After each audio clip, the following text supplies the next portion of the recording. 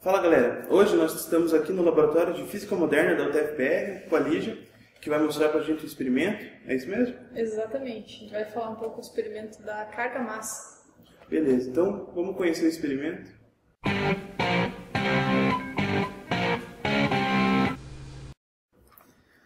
O equipamento para você fazer a medida da razão carga-massa, ele é composto de duas partes principais. A primeira delas é esse tubo, que é chamado de tubo de feixe estreito. Dentro desse bulbo de vidro, você tem quase vácuo, você tem um gás inerte, um gás nobre, a baixíssima pressão, e você tem todo um circuito elétrico ali dentro para que você consiga, ao aplicar uma diferença de potencial, você fazer com que o elétron, com que haja uma ionização naquela região ali e os elétrons sejam ejetados com uma certa velocidade. Aquela estrutura redonda e cônica ali na ponta, ela faz com que você selecione os elétrons com a mesma velocidade, por isso que você sai um feixe com velocidade constante. Essas barras transversais são distâncias conhecidas utilizadas para medir o raio do feixe. A segunda parte do equipamento são essas duas bobinas, que são chamadas bobinas de Helmholtz. As duas bobinas são compostas por 154 volts, é um material condutor, no caso acho que é cobre, enrolado 154 vezes, e ela tem a finalidade de produzir um campo magnético nessa região, um campo magnético uniforme na região entre elas. Há campo magnético em volta também, mas para esse tipo de experimento o que interessa é essa região onde o campo é uniforme, na região entre as duas bobinas. Você tem as fontes, aqui você tem a fonte onde você vai controlar a intensidade de corrente de alimentação das bobinas, dessa forma você consegue controlar a intensidade de campo magnético produzida por elas, e na outra fonte que você tem ali, você controla a diferença de potencial que está sendo aplicada no tubo de feixe estreito. Por uma questão de precisão, você tem também 2 multímetros para você conseguir medir com mais precisão a tensão e a corrente que está chegando no equipamento para fazer a coleta de dados. Para uma questão de visualização, a gente vai ter que apagar a luz, então se a imagem sair um pouco estranha, é por causa de ter que apagar a luz.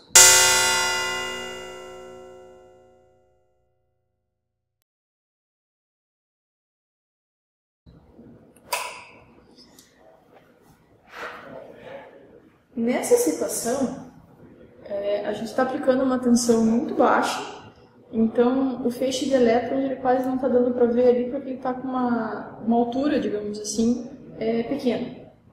À medida que a gente aumenta o valor da tensão, da diferença de potencial entre o ânodo e o cátodo que está dentro do equipamento, esse feixe ele ganha intensidade, porque os elétrons eles ganham uma velocidade maior e conseguem dessa forma ir mais longe. O feixe ele está na posição vertical e nesse momento as bobinas elas estão desligadas, então você não tem um campo magnético atuando aqui. Que a gente vai fazer isso agora. À medida que eu alimento uma corrente elétrica às bobinas, surge o campo magnético que faz com que esse feixe se curve. Esse equipamento, da maneira como ele está configurado, ele permite que a gente faça medidas de distâncias conhecidas para o raio do feixe. Uma distância de 5, de 4, 3 e 2 centímetros. Como a tensão que eu ajustei aí ela está muito alta, a gente não consegue fazer essa medida. Mas são as 4 distâncias conhecidas que a gente consegue fazer tomada de dados nesse tipo de equipamento. À medida que você diminui a intensidade do campo magnético, você faz com que o raio de curvatura desse feixe fique cada vez maior. E por que acontece essa curvatura do feixe quando as partículas carregadas são submetidas ao campo magnético? Você tem o vetor velocidade na vertical e o campo magnético produzido pelas espiras, eles estão na horizontal, formando um ângulo de 90 graus. Nessa situação, você faz com que surja uma força atuando sobre as partículas ali, que faz com que surja essa curvatura no feixe. E com os parâmetros que você vai ajustando de tensão e corrente, você consegue obter dados para fazer o cálculo da razão da carga-massa. Qual que é o objetivo desse experimento? Você conhecer melhor as propriedades dos materiais. Quando você aplica uma diferença de potencial num determinado material, você consegue que alguns elementos desse material adquiram uma certa velocidade e com esse parâmetro você consegue conhecer melhor o comportamento dele em algumas situações. Principalmente naquelas situações, em especial, que envolvem eletricidade e magnetismo. Tá. Você comentou que o nome do experimento é carga-massa. Isso. Mas o que isso tem a ver com esses materiais que você está falando aí? A razão da carga-massa, a razão carga-massa é um parâmetro que essa experiência aqui conseguiu determinar, que é um valor fixo, que independe da tensão, independe do material que você tem, do gás que você tem no tubo estreito ali, independe do material do cátodo, e que é um parâmetro que é fixo.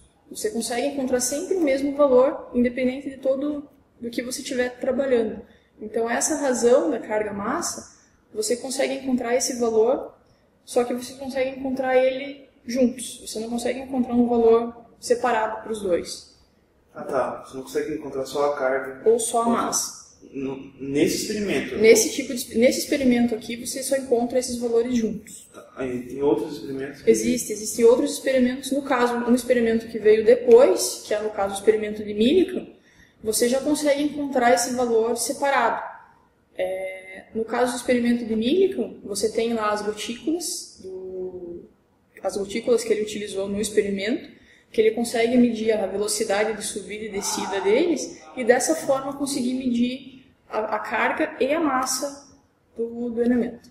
Entendi. E essa partícula com que normalmente se trabalha recebeu o nome de elétron. Mas você consegue fazer esses experimentos com qualquer outras partículas que sofrem, que tenham carga, na verdade. Não sabia disso. E como é que vocês calculam essa razão carga-massa?